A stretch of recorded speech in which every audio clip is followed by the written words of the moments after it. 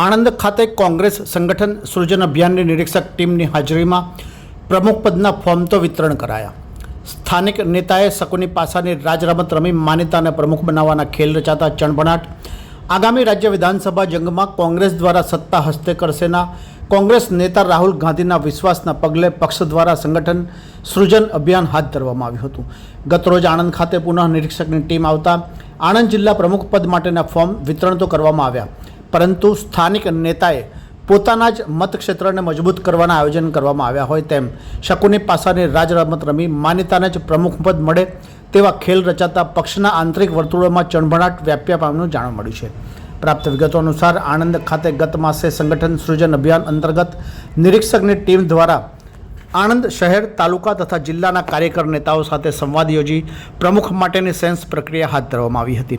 પરંતુ તે સમયે ફોર્મ વિતરણ કરવામાં ન આવતા શું કુલડીમાં ગોળ ભંગાશેની આશંકા વ્યક્ત થવા પામી હતી. જે બાદ ગત રોજના પુનઃનિરીક્ષકની ટીમની મુલાકાત સમયે જિલ્લા પ્રમુખ પદ માટે દાવેદાર કરનારને ફોર્મ વિતરણ કરવામાં આવ્યા હતા, જે પૈકી 4 થી 5 નેતા દ્વારા ફોર્મ મેળવવામાં આવ્યા હતા.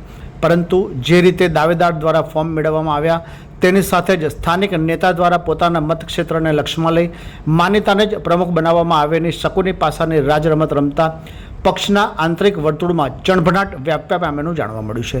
કમનસીબે છેલ્લા 4 વર્ષથી કોંગ્રેસના ગઢ ગણાતા આણંદ પંથકમાં કોંગ્રેસના ગઢના કાંગરા ખરતા સાંસદ હોય કે ધારાસભ્ય કે જિલ્લા પંચાયત, તાલુકા પંચાયત કે પાલિકામાં ધોબી પછાડ હાર મળવા છતાં કેટલાક નેતાઓ પક્ષને પોતાની જાગીર સમજતા હોય પોતાના જ સ્વતકતા ગોઠવતા હોવાના કારણે રાહુલ ગાંધી ગમે તેટલા પક્ષ મજબૂત કરવાના પ્રયાસ હાથ ધરે, ઘરકા ભેદી લંકા ઢાળે તો કોણ જવાબદારના સવાલ પણ ઉઠવા પામ્યાનું જાણવા મળ્યું છે.